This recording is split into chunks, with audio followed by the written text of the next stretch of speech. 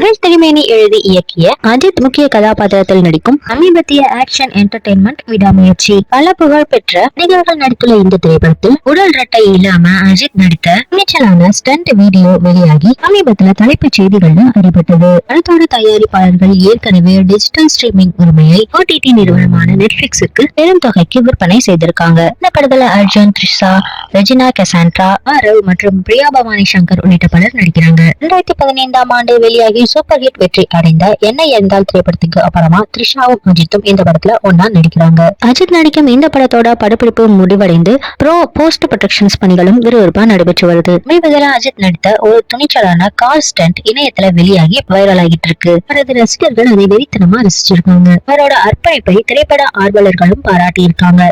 இந்த அப்டேட்கள் படம் மீதான எதிர்பார்ப்பை அதிகப்படுத்தி இருக்கு. அல்லு அர்ஜுனின் புஷ்பா 2 ஆகஸ்ட் 15 அன்று வெளியாக இருக்கு. விஜயின் the greatest of all time திரைப்படமும் ஆகஸ்ட் மாதம் வெளியாக இருக்கு. சூப்பர் ஸ்டார் ரஜினிகாந்தின் வேட்டையின் திரைப்படத்தை அக்டோபர் மாதம் வெளியிடுமாறு அறிவிச்சிருக்காங்க. ரவிச்சந்தர் படத்தின் முழு ஒளிப்பதிவையும் இசையமைக்கிறதுக்கு ஒப்பந்தம் செய்யப்பட்டிருக்காரு.